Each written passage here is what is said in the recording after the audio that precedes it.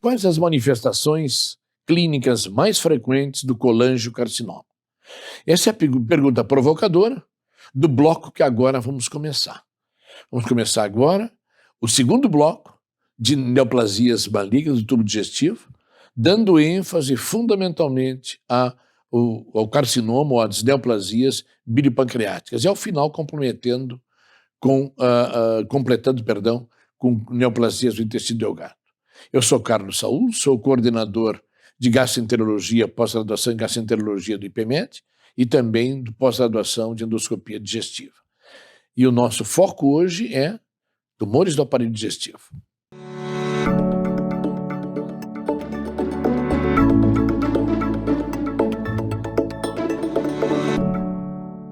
Então, iniciando esse bloco, vamos para os tumores primários do fígado, né? Vocês veem aqui que a quinta causa de câncer, terceira causa de morte por câncer, e o principal representante é o carcinoma hepatocelular, que responde por 90% das neoplasias malignas do fígado, né? Vejam ali alguns números de casos novos, 600 mil mortes ano, complicação mais frequente e principal, causa de morte em cirróticos. Essa é uma associação extremamente importante, nós vamos falar muito dela durante o desenvolvimento. Hoje, o carcinoma hepatocelular é a principal causa de mortes em pacientes cirróticos, né? A epidemiologia no mundo é bastante variável, vocês vão ver no próximo mapa aqui agora, que depende muito dos fatores etiológicos, né?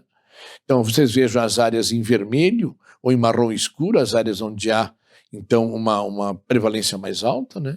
E as áreas em azul, onde há menor prevalência. O Brasil é tido como um país de prevalência baixa, né? A nossa prevalência é baixa.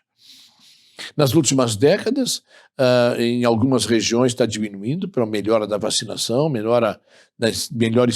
não exposição à aflatoxina, que é um agente causal também dele, né? Mas a América do Norte, a América do Sul, o norte da Europa está havendo um aumento importante. Maior número de casos de hepatite C, maior número de casos de doença gordurosa hepática não alcoólica, né? Ali vocês veem alguns dados do Hospital de Clínicas da Faculdade de Medicina da USP, né? Mas eles relatando que há um aumento progressivo nos últimos anos, sem dúvida, né? Nas últimas décadas, a mortalidade na Europa e nos Estados Unidos, né, aumentou a mortalidade, mas uma redução discreta da mortalidade pela cirrose, para se conseguindo manejar melhor as complicações da cirrose, as infecções do cirrótico, a hemorragia do cirrótico, a ascite do cirrótico, né? Mas um dado importante que os americanos falam, que o aumento da mortalidade é um dos maiores aumentos em rapidez de crescimento registrado nos últimos anos. Aumentou 80% a incidência anual nas duas últimas décadas, né? E, de novo, repetindo que é a complicação mais frequente e principal causa de óbito em pacientes cirróticos, né? Em termos de fatores de risco, fatores demográficos, fatores das hepatites crônicas virais e de outros fatores, né, que vão demandar, então, a maior prevalência ou não, né? Mais frequente do sexo masculino do que do sexo feminino, 71% dos casos são em homens, provavelmente porque os homens se expõem mais a esses fatores de risco, como álcool, hepatite C, B, tabagismo, talvez a influência da testosterona. De novo, mais uma neoplasia associada com a idade. Um pico aos 65 anos, embora os americanos registrem, e na Europa também, neoplasias mais cedo do que esse valor desse item. Também tem algumas variações étnicas aí. Atualizando os fatores de risco para o carcinoma hepatocelular. Então, idade acima de 50 anos, sexo masculino, cirrose hepática, hepatite C e B, álcool, doença gordurosa não hepática, hemocromatose, aflatoxina B1, diabetes mellitus e obesidade. A cirrose hepática é o principal fator de risco, independente da etiologia, 70%, 90% dos carcinomas hepatocelulares, né? As principais causas de cirrose do mundo são hepatite C e hepatite B, né? Brasil, 71% dos pacientes que vão ao carcinoma hepatocelular são pacientes cirróticos, né? A hepatite C, você sabe o tamanho desse problema, né? Em torno de 170 milhões de infectados pelo vírus C no mundo. Isso não são dados recentes, são dados um pouco mais atrás, né? Então, provavelmente, os números hoje são muito maiores, né? E existem cofatores para esse risco aumentado. Então, acima de 55 anos, sexo masculino, doença hepática avançada, comorbidades, aumento de ferro hepático, plaquetopenia, diabetes, etilismo, a co-infecção com HIV, né? Então, são outros fatores de risco importante. O álcool, sem dúvida nenhuma, é uma exposição crônica, né? O álcool é risco para qualquer neoplasia. O álcool tem um subproduto que é o acetaldeído, que ele altera, ele lesa o DNA, né? E o álcool também ele impede a metilação, a absorção de ácido fólico, que seria, então, um que consertaria o DNA, né? Então, ele é um fator de risco para qualquer neoplasia. Aqui também não tem, assim, uma comprovação de risco carcinogênico direto, né? Mas potencializa o risco, né, em pacientes portadores de hepatite C ou hepatite B, né? Também a doença gordurosa hepática não alcoólica, outra causa bem estabelecida de cirrose, e como tal pode evoluir para o carcinoma celular, naquelas doenças na fase mais avançada da doença, né? Pacientes com síndrome metabólico, pacientes obesos, diabéticos, né? Também se observa que há na hepatocarcinogênese, então na evolução para o desenvolvimento da neoplasia, um número muito variável de alterações genéticas e epigenéticas, né, vão determinar múltiplas etapas dessa hepatocarcinogênese. Então, a inflamação contínua dos hepatócitos pela hepatite C, pelo álcool, pela degeneração da doença gordurosa hepática, vai levando à alteração da regeneração celular, aumento desse turnover celular, progressão para a cirrose, dano de cromossomas, inativação de genes supressores tumorais, ativação de oncogêneses, rearranjos cromossômicos, e está montada a hepatocarcinogênese, né? Os hepatócitos passam a ter alterações fenotípicas, focos displásicos, nódulos displásicos, e surge então o carcinoma hepatocelular. O quadro clínico do carcinoma hepatocelular. O quadro clínico fundamentalmente é o quadro clínico da cirrose do paciente, porque o carcinoma é a descompensação da cirrose. Então eu coloquei numa caixa ali um destaque, vejam ali aquela frase: cirrótico que vinha compensado e descompensa rapidamente, pensar em carcinoma hepatocelular. Então, em geral, é o quadro clínico que ele apresenta e a descompensação que ele vai ter. Descompensou por ascite, por icterícia, por encefalopatia. Qual foi a outra complicação? Então, fundamentalmente, é este quadro clínico. O diagnóstico do carcinoma hepatocelular.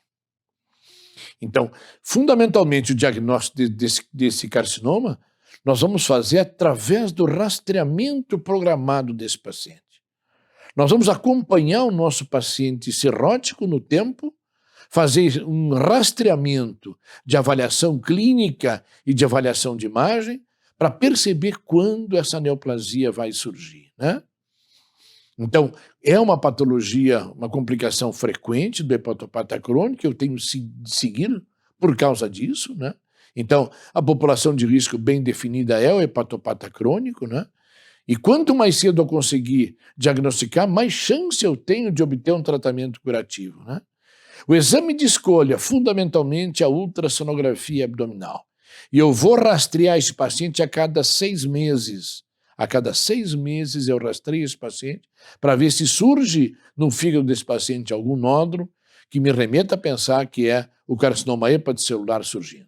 Tem inúmeros trabalhos aqui, vocês veem aqui embaixo, né, comprovando o benefício enorme que a ultrassonografia abdominal tem no rastreamento desses pacientes aí, né? Marcadores tumorais, como a alfa-fetoproteína, então é muito usado, mas não usar ele isoladamente, né? Níveis abaixo de 100 nanogramas por ml relata o carcinoma hepatocelular precoce, né? Ele vai aumentando com a atividade necroinflamatória dessas hepatites B e C e também tumores malignos embrionários, né? Valores crescentes, pensar em carcinoma hepatocelular. A sensibilidade não é tão alta, a especificidade vejo que é bastante alta, né? E um outro marcador também é a desgama-cariboxiprotrombina, né, que alguns estudos mostram também um bom efeito. Do ponto de vista de imagem, sem dúvida nenhuma, a ultrassonografia é a nossa grande arma, um método barato, acessível, excelente para rastreamento, né? E o nódulo hepático e cirrótico, visto da ultrassonografia até prova em contrário, é o carcinoma hepatocelular. Os padrões de ultrassom, o anel lipoecóico, o padrão de mosaico, sinais de invasão portal biliar ou da via hepática, né?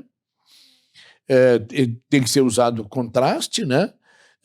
Que vai caracterizar bem a vascularização desses nódulos, né? Nódulos muito pequenos, entre 1 e 1 centímetro, às vezes é difícil de diagnosticar, difícil saber se é um nódulo displásico ou não, né? A ressonância magnética também é bastante útil, né? A tomografia computadorizada, então vai mostrar então uma hipervascularização do nódulo na fase arterial, um clareamento na fase portal e na fase de equilíbrio, né? Então também muito, muito sensível a isso. A ressonância magnética também se baseia nesse comportamento vascular do carcinoma hepatocelular, os resultados são muito semelhantes, né?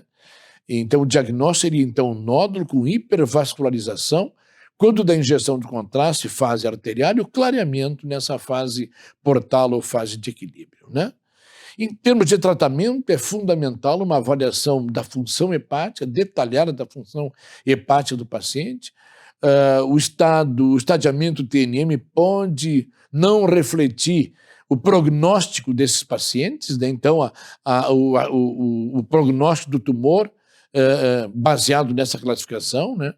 Não tem ainda na literatura um consenso de qual é a melhor forma de estadiar, né? Mas levar muito em conta essa questão, a função hepática e as variáveis tumorais, né? Então, houve muitos avanços nas últimas décadas do ponto de vista epidemiológico, tratamento, rastreamento, diagnóstico, né?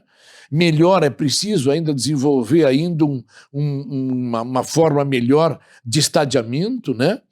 O conhecimento da carcinogênese tem nos propiciado um estudo específico de meios e drogas que impeçam a progressão, principalmente atuando sobre a angiogênese, né? É preciso descobrir novos biomarcadores, né? E claro que, sem dúvida nenhuma, o mais importante, o diagnóstico mais precoce possível. Passamos do fígado agora para as vias biliares.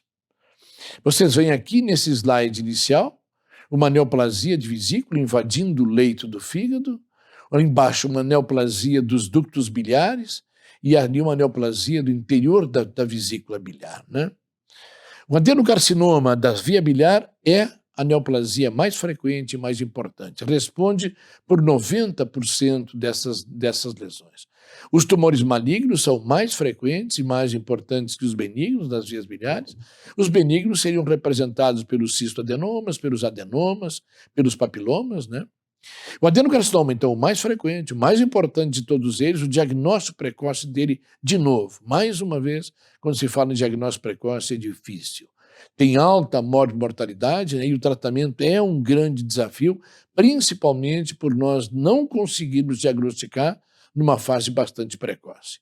Ele se origina da onde? No epitélio dos ductos biliares. Qualquer segmento da via biliar ele pode acometer. Mais frequente seria na bifurcação dos ductos, que é o clássico tumor de Klatskin, né? 60% a 70%, 20% a 30% no ducto hepático comum e 5% a 10% nos ductos intrahepáticos, né?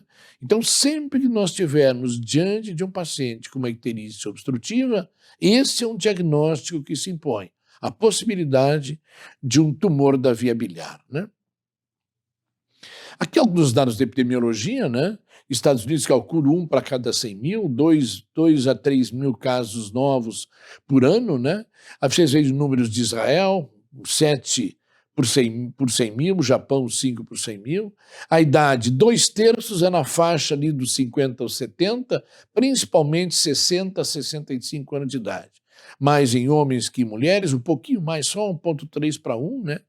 E os fatores de risco, né? Geralmente eles envolvem algum grau de inflamação crônica do epitélio ductal. Então se acredita que algum agente causal que causa inflamação crônica do epitélio ductal pode causar esta neoplasia.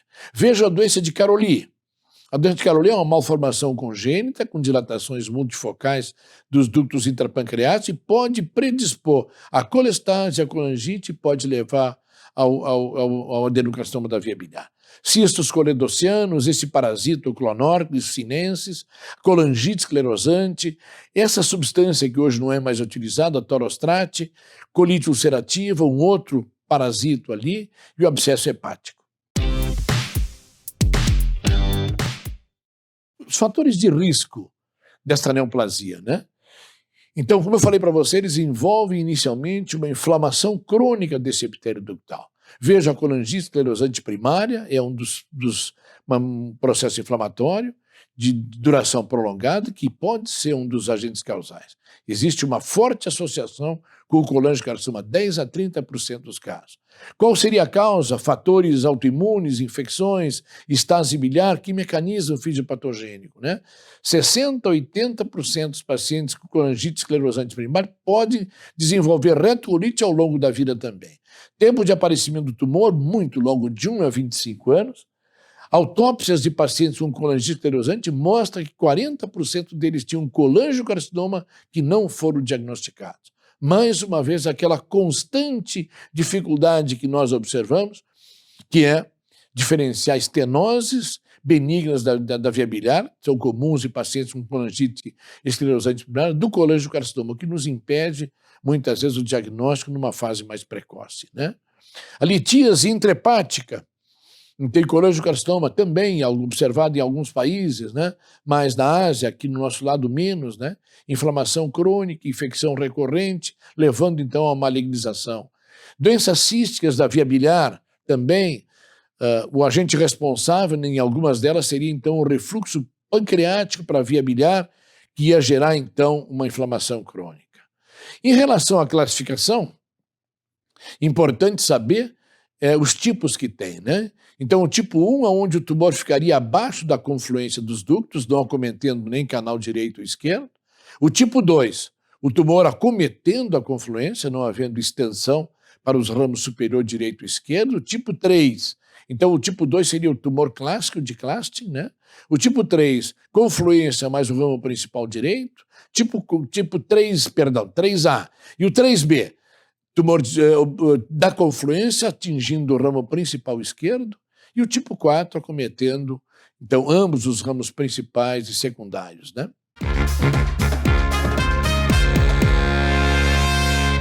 Então, vejam aqui essa classificação. Falei para vocês, então, tipo 1, 2, 3A, 3B e o 4, né? Sendo o clássico, então, o tipo 2, onde há, então, o comprometimento da confluência, que é o clássico tumor de Clastin também.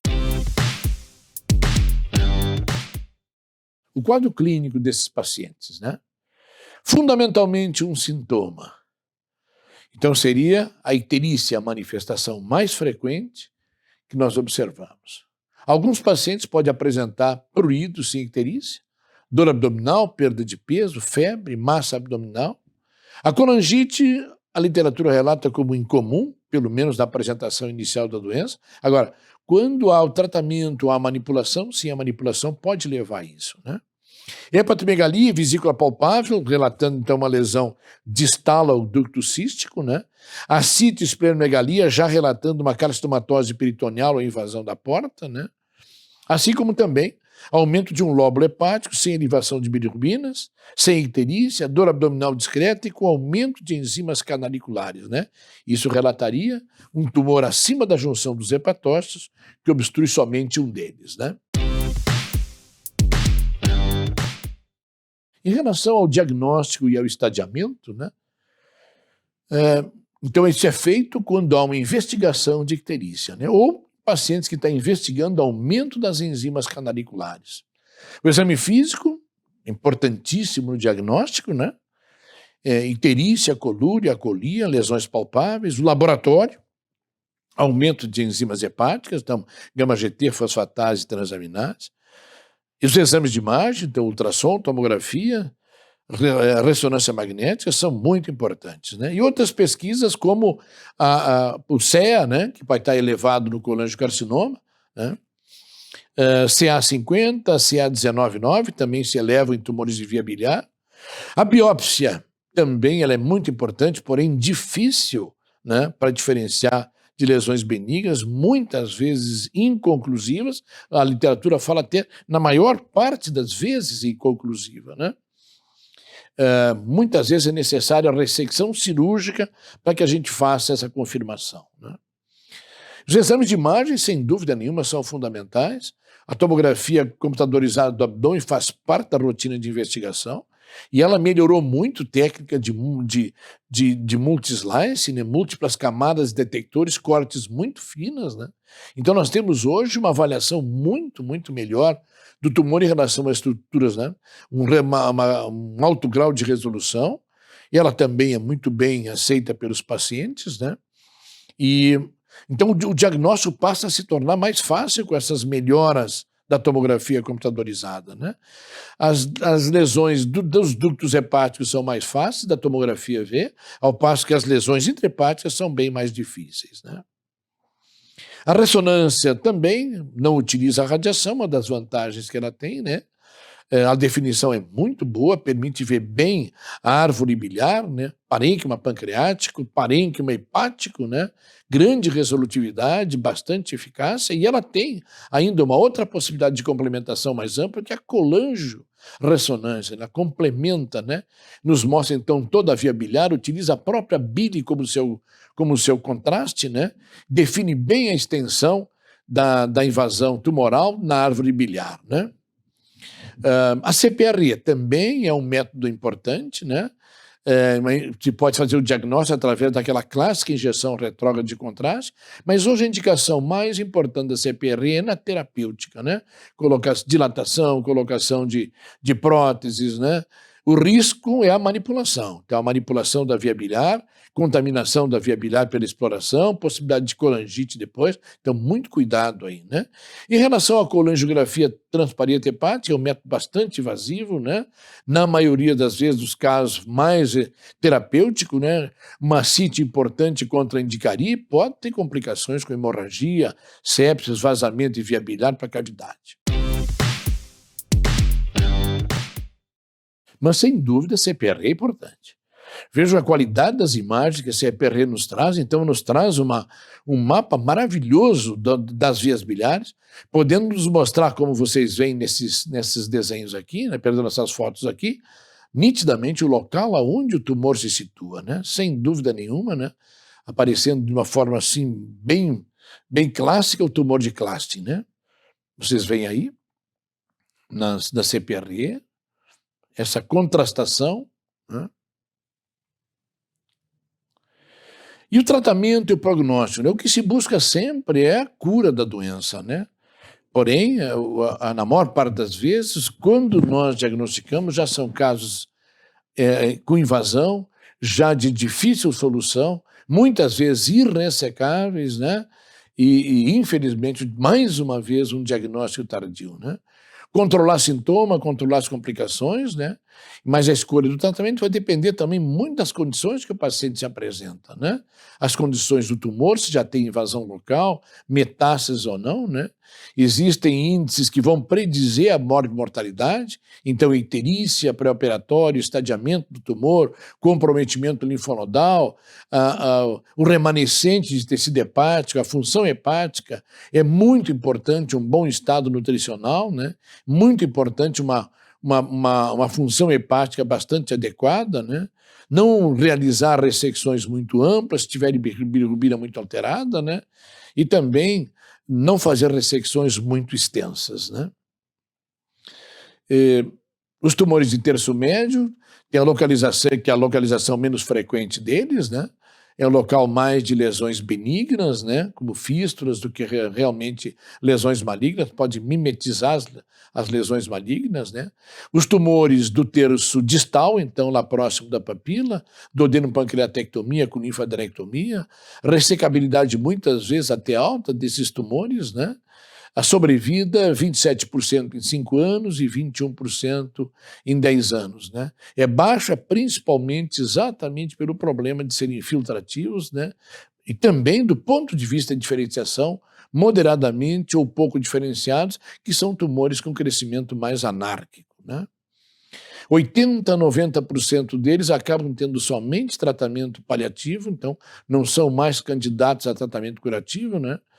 E o objetivo é tentar melhorar a qualidade de vida do tempo que esses pacientes vão durar ainda, né? Aliviar os sintomas, principalmente icterícia, que é extremamente incômoda nesse paciente. Levar sempre em conta condições clínicas do paciente, a localização do tumor, a expectativa de sobrevida que esse paciente pode ter.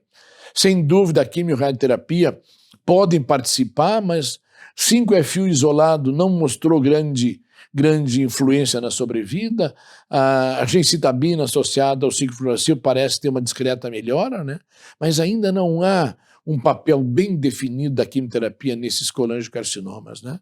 E a radioterapia, isoladamente, ela não modifica o prognóstico desses pacientes. O que se pode tentar é que a utilização de próteses da via biliar, que é muito feito, que pelo menos, se não resolve o problema do paciente, alivia os seus sintomas principais, principalmente a icterícia que esses pacientes têm, que é o predominantemente do quadro que mais judia praticamente desses pacientes, né? Vamos em frente. Agora vamos então para os tumores e pólipos da vesícula biliar. Vejam, 4 a 7% da população adulta apresenta na ultrassonografia lesões polipóides da via biliar e 1% nas colistectomias. Então, os pólipos da vesícula biliar são pólipos, não são tão raros assim, embora não tão frequentes. Comuns na faixa dos 30 aos 67 anos, aos 60 anos, igual em ambos os sexos, né? E as lesões polipóides podem ser neoplásicas ou não neoplásicas. As neoplásicas, o adenoma mais frequente, leiomioma, lipoma, hemangioma, né? As não neoplásicas, os pólipos de colesterol, os pólipos inflamatórios, a hiperplasia adenomiomatosa.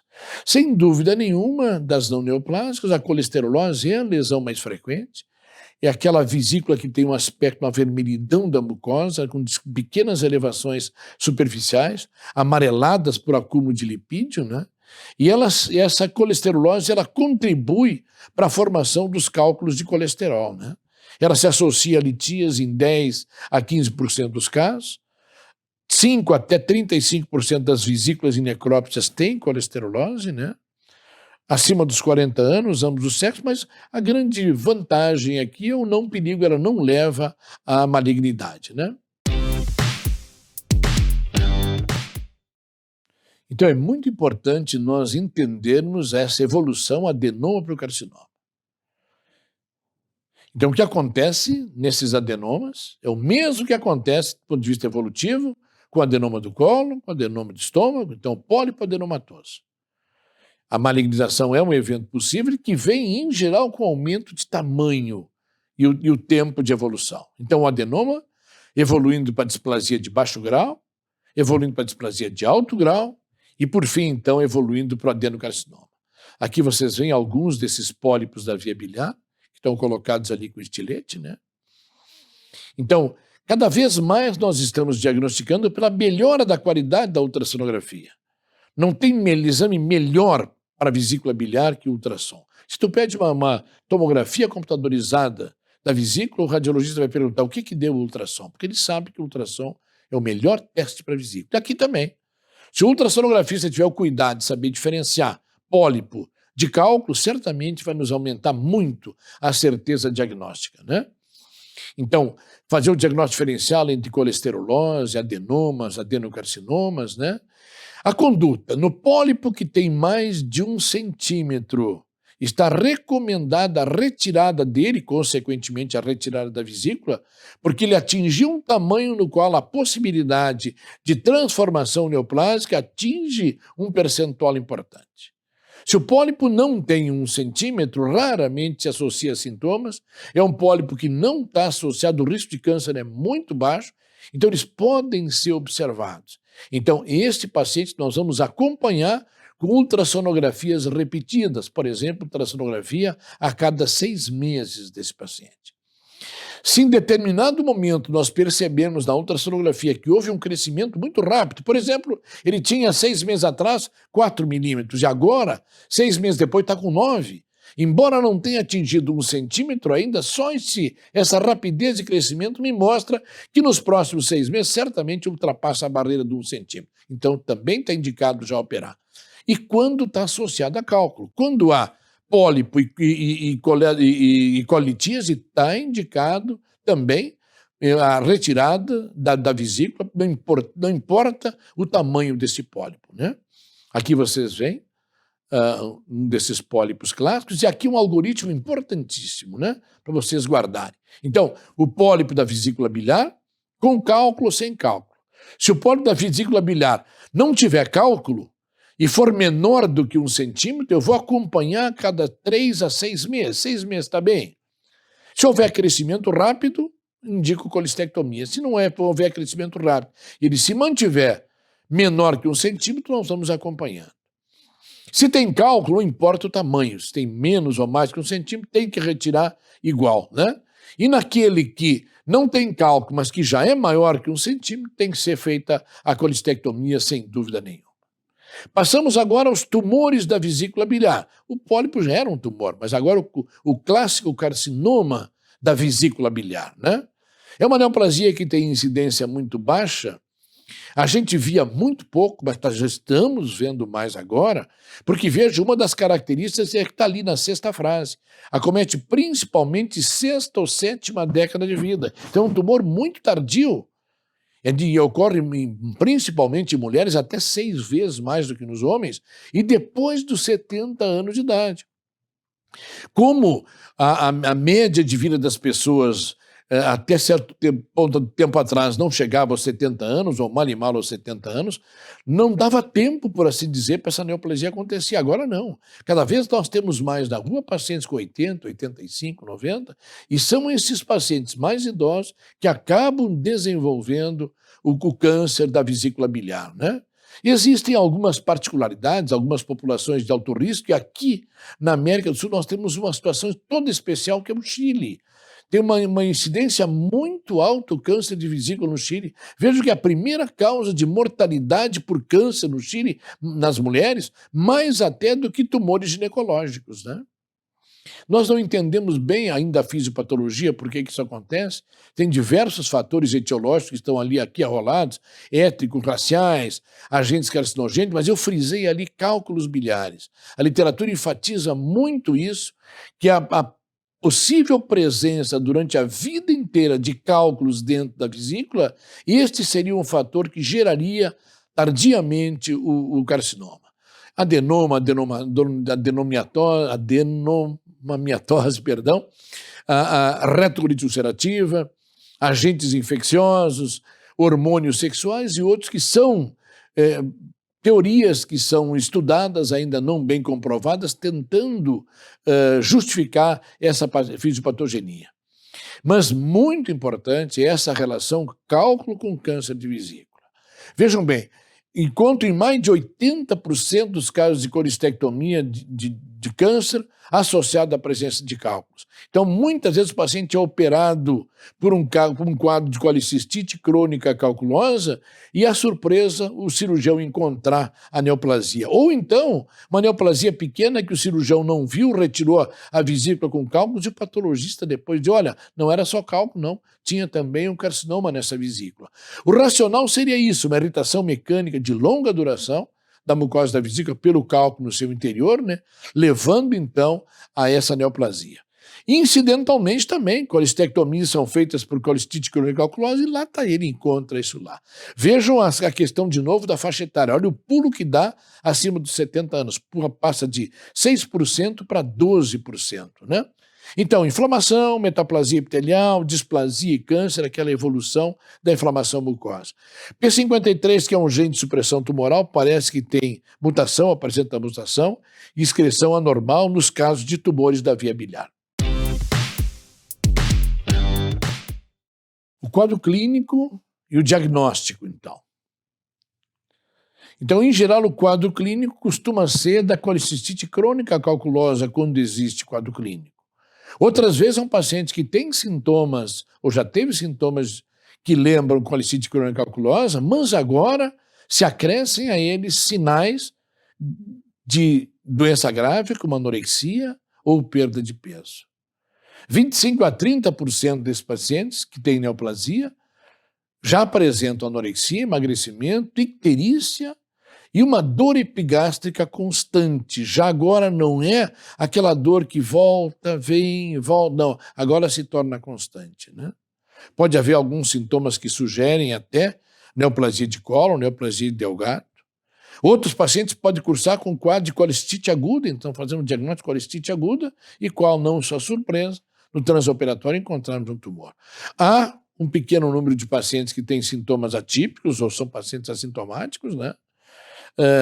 E existem pacientes com tumores potencialmente curáveis, então aqueles pacientes que são operados por colestite aguda ou crônica calculosa ou pólipo, e que é onde se descobre incidentalmente o tumor, e muitas vezes a colestectomia é curativa nesses pacientes. Sem dúvida nenhuma, o primeiro grande exame de imagem que nós vamos utilizar aqui no diagnóstico é o mais importante exame para a vesícula biliar, que é a ultrassonografia abdominal. Então vai nos mostrar bem esta lesão, mas a tomografia computadorizada é muito importante também, principalmente nem tanto no diagnóstico, mas no estadiamento desta lesão, né? Tumores metastáticos na vesícula são muito raros, né? Melanoma talvez seja um dos raros tumores primários que metastiza para a vesícula, né? Os tumores da vesícula, quando metastizam, principalmente por via hematogênica, né, e pode também se haver os achados de imagem, né? Na ressecção, se busca sempre uma ressecção que é curativa. Vejo a literatura fala em 10 a 30% ela é curativa. Pode haver a necessidade da extensão da ressecção, fazer o que nós chamamos de colestectomia estendida. Então o cirurgião não está preparado, não esperava encontrar um tumor, e encontra um tumor, então tem que fazer uma cirurgia maior do que aquela habitual colecistectomia, né? Isso é uma coisa bastante discutida, vai depender muito dos achados transoperatórios e do diagnóstico pré-operatório, né? Essa colestectomia estendida inclui ressecar em cunha o leito da vesícula, uma margem maior do que 2 centímetros, e principalmente a limpeza das cadeias ganglionares, né? Do cístico, da pericoledociana, a cadeia gastrohepática, pancreático duodenal, ao longo da artéria comum, né? Então, ela tem indicação, mas tem que haver muito cuidado nisso, né? Quando bem feito, quando necessitado, melhora muito a sobrevida do paciente, né? Agora, muito cuidado, porque quanto maior a ressecção nesses pacientes, como são pacientes muito idosos, pode haver complicações, maior morbimortalidade. Então, o cirurgião pesar muito bem a necessidade dessa cirurgia mais estendida, né? Infelizmente, a maioria dos pacientes tem um diagnóstico tardio, estágio muito avançado, e às vezes não tem como fazer mais a ressecção, e tem que se utilizar outros métodos, né, para tentar melhorar a qualidade de vida dos pacientes pelo tempo que eles durarem, né? A icterícia pode ser resolvida através de prótese endoscópio, drenagem percutânea, pode-se fazer uma anastomose bilidigestiva de alívio, né? E outras técnicas também. Nosso passo a seguir, dentro dos tumores biliopancreáticos, é o câncer do pâncreas, os tumores do pâncreas, né? Então, é uma neoplasia de razoável frequência, felizmente bem menos frequente que cólon, que estômago, que esôfago, né? Porque é uma neoplasia extremamente agressiva, né? Uma neoplasia de mortalidade muito alta, e o adenocarcinoma ductal é o mais importante representante. Veja que os americanos falam a quarta causa de morte por câncer, segunda relacionada com o trato gastrointestinal. Aqui vocês veem alguns números, 37 mil casos, 34 mil óbitos, né? Olha como a mortalidade desse tumor é alta, né? Sobrevida 5%. Causas, como muitas situações de câncer, a primeira coisa que aparece é um grande ponto de interrogação. Fumo, obesidade, diabetes, dietas com muita gordura e colesterol, histórico familiar, 5 a 10% dos casos têm casos da família, seriam mutações genéticas, BCRA2, BCRA. Recentemente, a gente tem visto progressos importantes aqui nesta área de pâncreas, principalmente na genética, melhora no diagnóstico, melhora no estadiamento, no tratamento de lesões precoces, né? Uma redução da mortalidade cirúrgica, porém ainda há muito a dever em relação à progressão na prevenção, diagnóstico precoce e principalmente tratamento de formas avançadas. Então, está se avançando, mas muito ainda tem que se avançar nesse sentido. Trago para vocês aqui dados do INCA, do nosso Instituto Nacional do Câncer, do Rio, a respeito dos fatores de risco, né? Então, o INCA fala fatores de risco hereditários, fatores de risco não hereditários, né? Então, síndromes de predisposição genética com associação ao câncer, como câncer de mama, de ovário hereditários, associados a esses genes, BRCA1, 2, PALB2, síndrome de Poids-Seeger, síndrome de pancreatite hereditária. Dentre os fatores de risco não hereditários, aquilo que eu falei há pouco, tabagismo, obesidade, inatividade física, diabetes mellitus e pancreatite crônica não hereditária, né?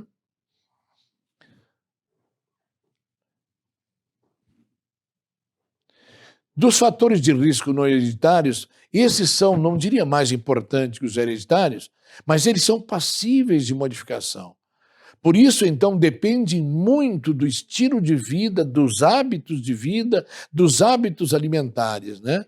Também, a literatura chama a atenção para a exposição a uma série de substâncias carcinogênicas, solventes, tetacloretileno, estireno, cloreto de vinila e esses outros agrotóxicos, né? Que teriam associação com câncer de pâncreas. Os agricultores, trabalhadores de manutenção predial, da indústria de petróleo, são os grupos de maior exposição a essas substâncias e eles apresentam risco aumentado no desenvolvimento dessa doença. Então é importante que nós saibamos identificar isso para evitar que as pessoas se exponham a isto, né? Quadro clínico, e aqui está mais uma vez uma razão para o diagnóstico tardio. Muitas vezes nada mais é do que um mal-estar epigástrico que não tem uma etiologia reconhecida. Desde um quadro que parece uma dispepsia funcional, uma gastrite, um leve dolorimento, um mal-estar, que muitas vezes nós vamos perdendo tempo buscando outros diagnósticos e não nos lembrando que o pâncreas pode ser essa causa, para depois de descartado tudo e o quadro clínico já piorar e aparecerem indicativos de doença mais séria, aí nós pensarmos em pâncreas. Então nós temos que pensar muito cedo em pâncreas, que o pâncreas também pode gerar inicialmente um mal-estar epigástrico, né? Chama atenção a literatura, aparecimento de diabetes mellitus em pacientes que não têm história familiar. Piora de um diabetes mellitus sem um fator causal evidente. Crises de pancreatite. O sintoma quase que único desses pacientes é dor. 80% a 85% de dor que vão avançando, dor local avançando, e quanto mais intensa, pior o prognóstico desses pacientes. A perda de peso pode se associar à não alimentação, ao fato da neoplasia ser uma doença autoconsultiva e também aqui pode estar associado ao mau funcionamento pancreático, levando então a diarreia com esteatorreia, né? Icterícia, sem dor na metade dos casos passíveis de ressecção. Quanto maior o tempo entre o início dos sintomas e o aparecimento da icterícia, maior as possibilidades de não ser mais a ressecável, ou seja, crescimento maior do tumor acometendo, então, as vias biliares, né? O tumor de corpo e cauda pode dar sintoma tardio e muitas vezes irressecáveis, né? A dor piora com o decúbito dorsal, o paciente fica naquela clássica posição genopeitoral, né? O tumor de cabeça de pâncreas pode dar precocemente icterícia e pode dar esteatorreia, né?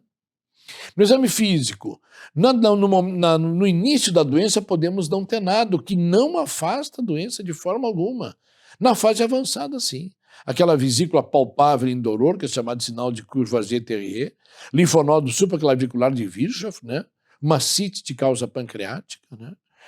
O diagnóstico e estadiamento é feito através principalmente de exames de imagem, né?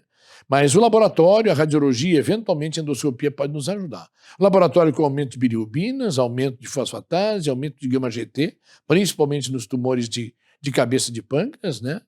E os exames de imagem, exames histológicos, que vão, então, firmar diagnóstico. E aqui sim, aqui sem dúvida nenhuma, nós avançamos bastante, né? Em qualidade, mas são exames, lembrar sempre, operadores dependentes, né? Porque depende muito da qualidade do material utilizado e do empenho do profissional que vai fazer este exame. Então, importantíssimo no diagnóstico e estadiamento, né? E aqui o INCA, mais uma vez, nos auxilia. Ele diz que não existe um sinal ou sintoma cuja presença seja sinônimo de câncer de pâncreas. Exames de imagem, ultrassonografia convencional, ultrassonografia endoscópica, tomografia, ressonância, são os métodos que nós utilizamos, né? Exames de sangue, dosagem de antígeno do CA199, pode utilizar, né? E o laudo histopatológico, muitas vezes, mesmo em casos mais avançados, tem que ser obtido, porque vai definir o diagnóstico da patologia e, às vezes, se não é possível uma ressecção cirúrgica, vai orientar o oncologista a respeito de que tratamento oncológico pode ser feito, né? A ultrassonografia abdominal é o primeiro exame que a gente faz em pacientes ictéricos, né? Vai mostrar a dilatação da via biliar intra e extra-hepática associado ao aumento de volume da cabeça do pâncreas, uma dilatação do vírsum com ou sem massa abdominal, né? A tomografia é o melhor de todos os exames, né? É feito em 2 fases, então diagnostica, estagia, detecta 90% a 95% de todos os casos, né? E principalmente nos prevê a irressecabilidade em 80% a 90% dos casos, mas não prevê ressecabilidade num percentual importante também. Tem dificuldade para avaliar metástases, menores que 1,5 centímetros, né? Isso é realmente uma dificuldade quando a gente está estadiando a lesão, né? Ali vocês veem uma lesão intrapancreática, né? A ecoendoscopia também veio nos ajudar bastante, principalmente através da coleta de material com agulhas ultrafinas, né? Então permite determinar mutações genéticas, né? A sensibilidade é bastante alta, a acurácia é muito boa. É um exame pouco disponível, não faz parte da rotina de investigação, né? É utilizado em tumores menores, em tumores pequenos, onde a tomografia e a ultrassonografia não conseguiram fazer um diagnóstico adequado. Avalia envolvimento linfonodal, avalia se tem comprometimento de grandes vasos, que é um critério de ressecabilidade, né? E também biópsias transduodenais em casos mais duvidosos, né? Aquilo que eu falei para vocês, em lesões consideradas até irressecáveis, é importante fazer a coleta de material para planejar, então, uma possível neoadjuvância nesses tumores, né? A CPRE também, apesar do ultrassom, apesar da tomografia, principalmente da tomografia, nos dá um diagnóstico bastante preciso e estadiado, ela é útil também naqueles casos onde não apareceu massa pancreática e a suspeita diagnóstica persiste. Ela tem uma sensibilidade alta, uma especificidade alta também, né? Estenoses e obstruções duplas, por exemplo, do ducto pancreático principal, do colédoco, vão sugerir carcinoma. Nas neoplasias intraductais produtoras de mucina, nas neoplasias da papila duodenal, né? Pode ser substituído em muitos casos pela colangio-ressonância, que é um excepcional exame, né? Que não tem invasividade da da CPRE, né? A ressonância, então, ela vê muito bem o ducto pancreático principal, lesões intraductais, tumores de corpo e cauda, né? Então, ela, como falado antes aqui, ela substitui com frequência a CPRE, e a grande vantagem, né, é que ela é menos invasiva, porém pode, em casos mais refinados, não ser tão precisa quanto a CPRE. Às vezes, a laparoscopia é utilizada para se poder identificar metástases hepáticas, implantes peritoneais, e isso modifica completamente o planejamento cirúrgico. Marcadores tumorais, CA199 é mais utilizado, né? um índice acima de 1.000 já fala a favor de irressecabilidade, e um índice acima de 2.000 vai nos trazer até uma sobrevida bastante curta, né? Uma redução pós-cirurgia desse CA19-9 traz um prognóstico melhor. Níveis elevados e não redução pós-quimioterapia, ao contrário, traz um mau prognóstico, né? A biópsia percutânea, né, também é uma coisa que pode ser feita com agulha fina para aspiração, citologia de massas pancreáticas, né? Mas só em caso de tumores irressecáveis, onde eu quero confirmar a histologia pensando em termos de tratamento quimioterápico, né? Cuidado, porque também esse método pode promover uma disseminação tumoral, né? Em relação ao tratamento dessa neoplasia, vamos nos valer então de dados do INCA, que nos diz que depende muito do laudo patológico, o tipo do tumor, da avaliação clínica do paciente, dos exames laboratoriais e do estadiamento. O estado geral do paciente encontra-se no estado em que o paciente se encontra no momento do diagnóstico é fundamental para a definição da terapêutica. A cirurgia é o único método capaz de oferecer chance curativa, mas é possível numa minoria de casos, pelo fato que, na maioria das vezes, o diagnóstico foi feito numa fase avançada da doença. Em caso que a cirurgia não seja apropriada, a radioterapia e a quimioterapia são as formas de tratamento associada, claro, a todo o suporte necessário para minimizar os transtornos gerados pela doença, né? O tratamento cirúrgico, né? Houve aqui, como eu falei há pouco para vocês, pouco progresso na cirurgia de casos avançados. A cirurgia é a única possibilidade de sobrevida tardia nos pacientes onde é possível a ressecção, mas veja, a sobrevida em 5 anos é de 5% a 20%, né? Tem diversas técnicas onde há uma manutenção do antro, né, que impede uma atrofia pancreática, retarda uma atrofia pancreática, né? E a cirurgia, no mais das vezes, muitas vezes, é paliativa mesmo. A maior parte dos casos, fundamentalmente descompressão, derivação biliodigestiva, preferencialmente hepatojejunal, que vai melhorar um pouco a qualidade de vida desses pacientes, vai diminuir a icterícia, vai diminuir os vômitos, né? Outras técnicas podem ser empregadas pela dor importante que esses pacientes apresentam, né? E pode ser feito, inclusive, esse tratamento cirúrgico paliativo até por laparoscopia. Ainda dentro de tumores do pâncreas, câncer do pâncreas, lembrar que existem também os tumores neuroendócrinos. O primeiro representante deles é o insulinoma, né? Que é um tumor neuroendócrino mais frequente deles. Na maior parte das vezes são tumores benignos, né? O diagnóstico é relativamente fácil, a localização dele é um pouco mais difícil, e o diagnóstico é feito por ultrassom, por tomografia computadorizada. Às vezes é necessário utilizar a ecoendoscopia, né? Nas manifestações clínicas desse insulinoma, né, cefaleia frequente, tontura, diplopia, letargia, visão distorcida, sinais de hipoglicemia, eventualmente taquicardia, sudorese, desmaio e até convulsões e coma. A cirurgia é o único tratamento. A palpação intraoperatória, muitas vezes associada à ecoendoscopia intraoperatória, que vai fazer com que se descubra, como eu mostrei no slide anterior, às vezes a localização dele é muito difícil, né? Ressecar o tumor, conservar o pâncreas, né? Casos malignos são raros, né? 6 a 10% dos casos, então aí vão demandar uma ressecção pancreática mais extensa, né? Gastrinoma é um outro tumor neuroendócrino localizado no pâncreas, produtor de gastrina. Esse, em geral, maligno, a evolução muito lenta, a sobrevida dos pacientes é de muitos anos, mesmo naqueles casos um pouco mais avançados. Ele pode causar o síndrome de Zollinger-Ellison, que são múltiplas úlceras devido a um aumento muito grande da produção de ácido clorídrico, devido ao aumento de produção de gastrina. É um tumor produtor de gastrina, né? O local ocorre mais na cabeça do pâncreas, né, duodeno ou linfonodos, né? Esse gastrinoma pode se associar à neoplasia adenomatosa, né? Também tumor de paratireoide e hipófise, né? E atualmente as ressecções pancreáticas são até mais extensas e até a literatura descreve como ressecção total do pâncreas, né? E também o pâncreas é sede, agora nós estamos conhecendo um pouco melhor, de lesões de neoplasias císticas.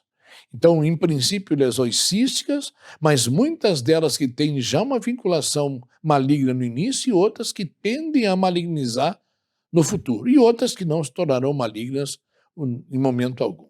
Então, nós temos citoadenomas mucinosos, adenocarcinomas, cistoadenomas serosos, aquela neoplasia intrapapilar mucinosa, né, que é um outro tipo.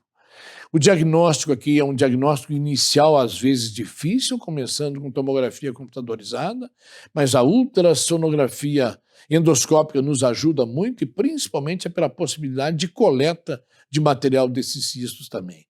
O diagnóstico clínico é difícil, né? Muitas vezes são pacientes que têm história prévia de pancreatite aguda, né? Pacientes que têm sintomas de dor epigástrica recorrente, imagens que parecem pseudocistos, mas que não têm calcificações, não têm septos, né? Pode haver fibrose central, microseptação, dependendo dessa microseptação e da fibrose central é que vai dar a diferença entre esses 4 tipos de lesões císticas aqui, né? Procurar, se a conduta for cirúrgica, não fazer biópsia no transoperatório, né? Para evitar, então, aquela disseminação, e sim a ressecção dessas lesões. E fechando as neoplasias de pâncreas, é dizer que existem alguns outros tumores muito raros, né? Como, por exemplo, o leimioma, que é um tumor mesenquimal, ou um tumor gigante celular osteoclástico, são tumores realmente muito raros e que fica aqui só a citação. E concluindo, então, esse nosso bloco, vamos falar um pouco de tumores do intestino delgado, que, como eu falei para vocês, eram tumores diagnóstico muito, muito raro. Hoje, graças a uma melhora diagnóstica, mas provavelmente também a essas causas comuns que estão trazendo aumento do câncer, também esse está surgindo, né? O intestino delgado, ele responde por 90% da área nominal do aparelho digestivo, 75% do comprimento do aparelho digestivo, mas felizmente somente 2% dos tumores digestivos estão no delgado. Por que felizmente? Porque o delgado é o único segmento do tubo digestivo que nós não vivemos sem. Nós vivemos sem esôfago, sem estômago, sem vesícula, sem cólon, sem 4/5 do fígado, sem 3/4 partes do pâncreas, mas nós não vivemos sem intestino delgado. O intestino delgado é que bota combustível na nossa máquina, né? Então, parece que a natureza preserva ele. E vocês vão ver, ele tem diversos mecanismos pelo qual ele se defende de patologias e principalmente se defende de neoplasias, né? Os tumores principais do delgado são os malignos, os carcinoides e os carcinomas, e os benignos, os adenomas e os leimiomas. Existem outros também, mas são muito pouco frequentes esses tumores, né? Eles são raros em todo mundo, vejo aqui, a incidência é muito variável. Algumas casuísticas dão mais carcinoide do carcinoma, outras dão mais adenocarcinoma que carcinoide. Lembrar também os linfomas, que são importantes, e os sarcomas, que também, em alguma medida, estão presentes. O adenocarcinoma ocorre mais no delgado alto, do duodeno e jejum proximal, e os carcinoides e linfomas mais no ilho. Vocês veem aqui, então, de dados da FBG, alguma atualização sobre esses tumores, né? Então, vocês veem aqui tumores benignos, tumores malignos, né? Epiteliais e estromais, né? Epiteliais, fundamentalmente, do epitélio glandular, os adenomas, maligno adenocarcinoma, e do neuroendócrino, carcinoide benigno, carcinoide maligno. Depois do estroma varia muito, depende se é a partir de vaso, de tecido gorduroso, de tecido nervoso, do músculo, né? Com aquela variante do GIST, que é um tumor importantíssimo, um gastrointestinal stromal tumor, né? Que é um tumor que surge de células especializadas que tem no tecido muscular, não o do músculo mesmo, né? As células de Cajal, depois células neurais, depois, por fim, os linfomas, né? Linfoma de células B, células T e, por fim, metástase. Muito importante chamar atenção para isso, que, por incrível que pareça, o delgado tem mais tumor metastático do que tumor primário, né? Esses são os mecanismos que protegem o delgado para que ele não tenha tanto tumor ou outras neoplasias. Rápido tempo de trânsito intestinal, menor contato da mucosa com agentes cancerígenos, localização mais profunda de célula-tronco, menor flora bacteriana, alto pH dentro da luz impedindo formação de carcinógenos como nitrosaminas, um turnover celular maior do que do cólon, tecido linfóide na lâmina própria, placas de Peyer no ilho. Então são tudo mecanismos que tornam o delgado menos sujeito a doenças inflamatórias e a doenças neoplásicas, né? Existem estudos tentando relacionar fatores de dieta, fatores ambientais com câncer de delgado, mas até agora nenhum desses estudos é consistente. A gente encontra muito na literatura disparates, uns dizendo que sim, outros dizendo que não. Eu só citei alguns ali também. Existem algumas condições médicas e genéticas que realmente estão associadas a um risco maior, por exemplo, a doença celíaca, a doença de Crohn, então doenças inflamatórias que podem no futuro gerar neoplasia, né? E síndrome de polipose, assim como os pólipos do colo e do estômago, os adenomas podem evoluir para adenocarcinoma, do delgado também. No câncer coloretal hereditário sem polipose também pode acontecer essa polipose aí, né? Então essa atividade inflamatória através da doença de Crohn e da doença celíaca, sim, é muito importante. Então os pacientes que têm essas patologias têm que ser acompanhados por essa possibilidade. Assim também aqueles que têm polipose, como Peutz-Jeghers, e doença e câncer de colo não polipóide também têm que ser acompanhados.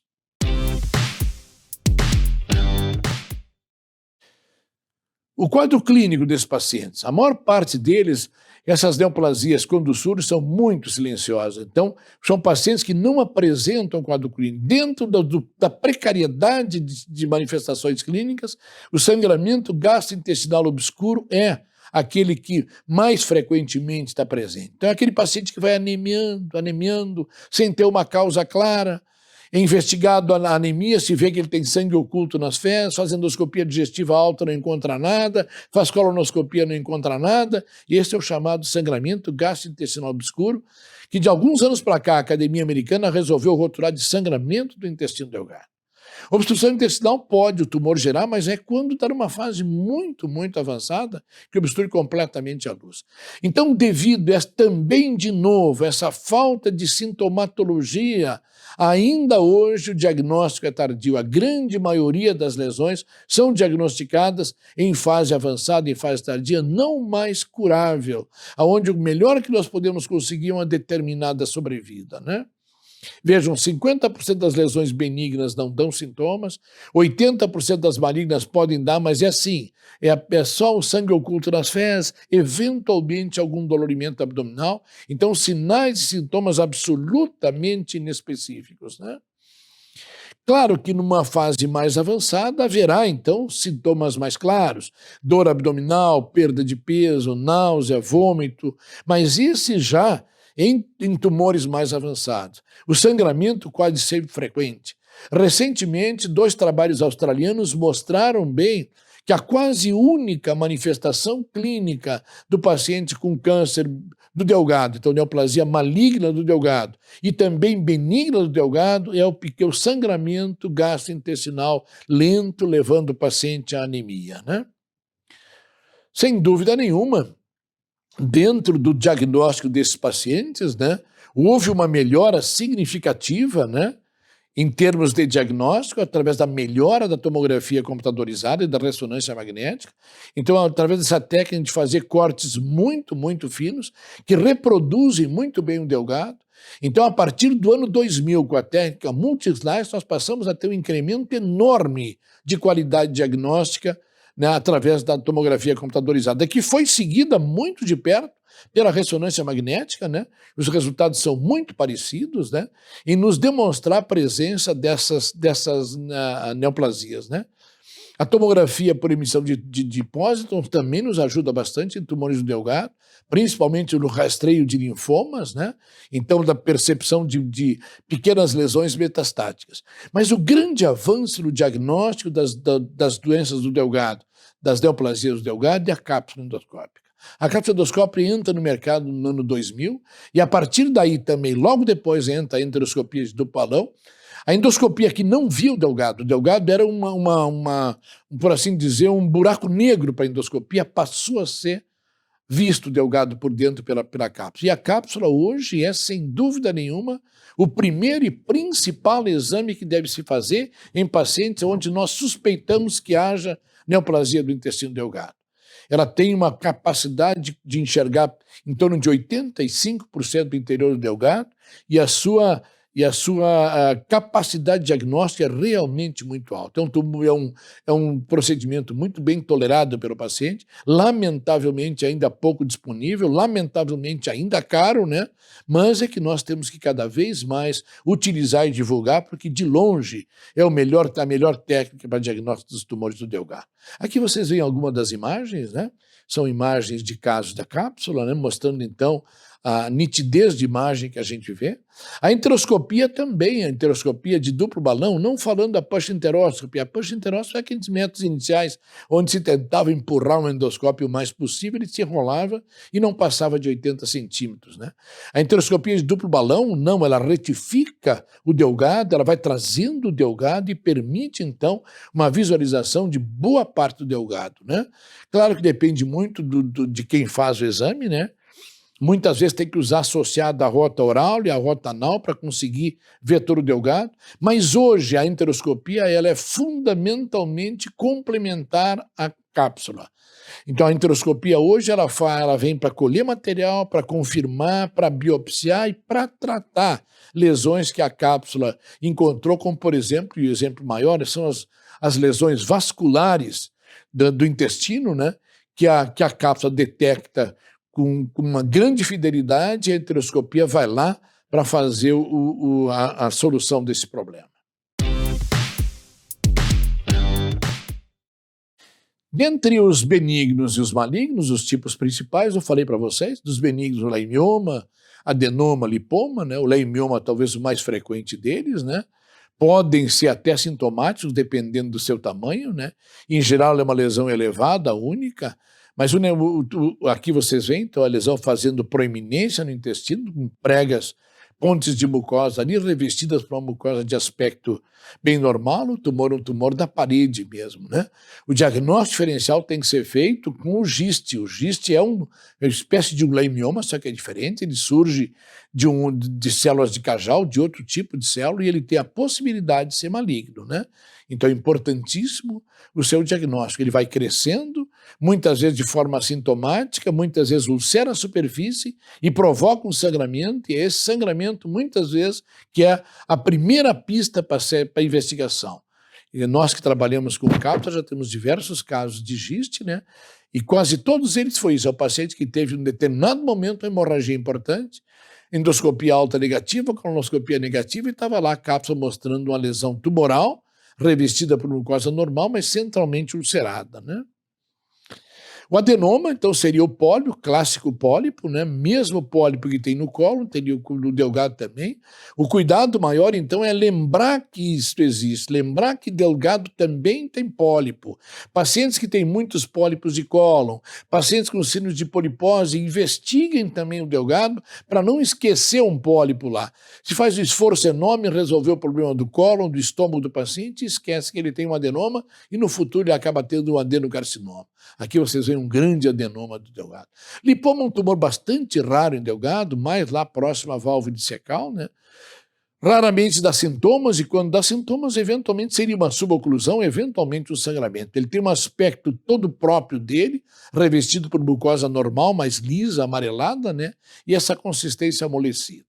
Dos malignos, o adenocarcinoma e os carcinóides são os mais frequentes, depois então linfomas, tumores estromais, no caso do GIST, e os tumores metastáticos, né?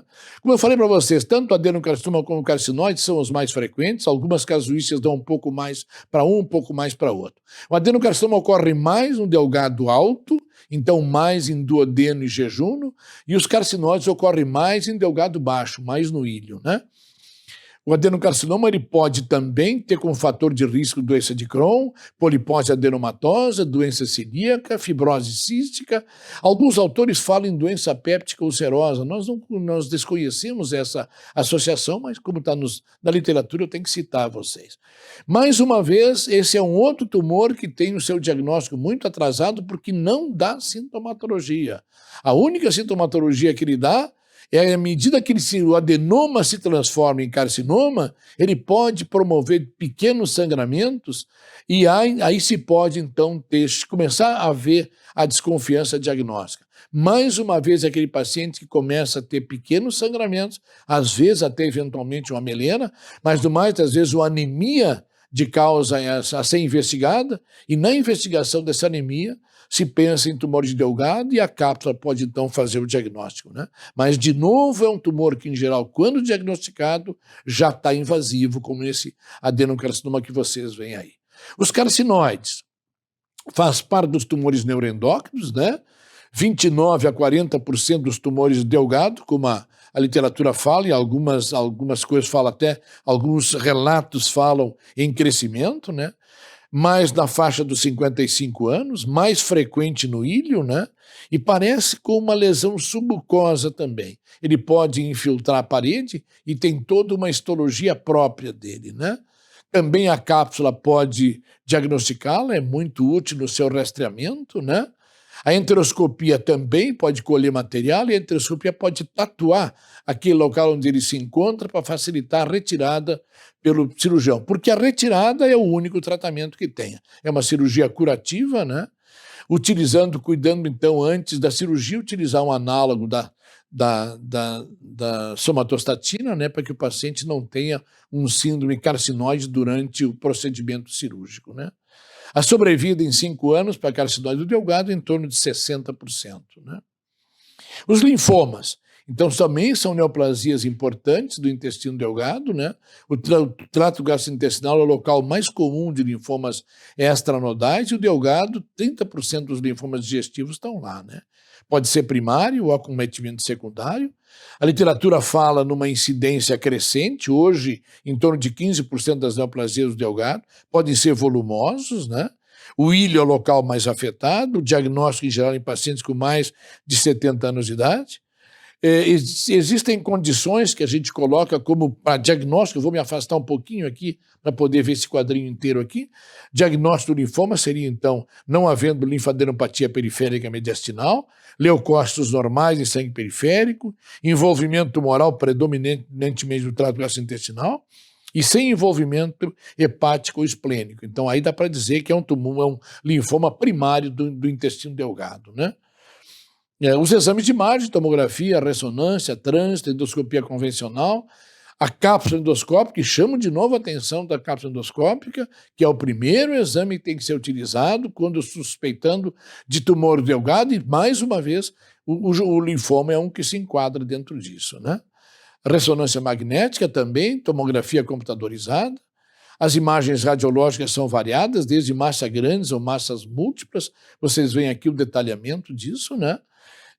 De algumas formas, né? Desses tumores, desses linfomas, né? Também tumores estromais, o giste do delgado pode acontecer também, sarcomas também, né? Os gistes são raros, eles derivam das células intersticiais, das células de Cajal, né? São células que atuam como marca-passo do plexo mioentérico. Durante muito tempo eles foram confundidos com leiomiomas, com schwannomas, leiomiosarcomas, né? A imunistoquímica então reclassificou eles, né?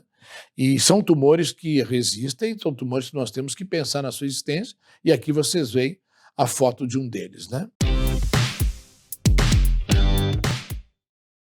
E por fim, encerrando, chamar a atenção de vocês para esse detalhe em tumores de delgado. Os tumores metastáticos do delgado são muito mais frequentes do que os tumores primários. O delgado tem essa capacidade de hospedar um grande número de tumores. Tem muito mais tumor metastático do que tumor primário no delgado. Então, principais tumores que metastizam seriam, então, por via direta ou intraperitoneal, ovário, útero, cólon, estômago. Tumores que metastiam por via hematogênica, mama, pulmão, e chamar atenção para o melanoma. Mais de 50% dos pacientes que têm melanoma e morrem, eles têm metástases do melanoma em delgado. Um grande número deles é descoberto só na autópsia depois. Então, o melanoma é um dos tumores que mais metastiza para delgado. O delgado é a maior sede de metástase do tubo digestivo, né? E ele pode ser primário, mas ele é principalmente metastático lá também. A remoção da metástase do primário é o tratamento, né? Grande problema é, muitas vezes, um diagnóstico muito tardio, que nós vamos chegar, então, a somente uma avaliação. Bom, então eu acho que encerramos, pessoal, né? Esse segundo bloco. Claro que vou solicitar a todos vocês que não se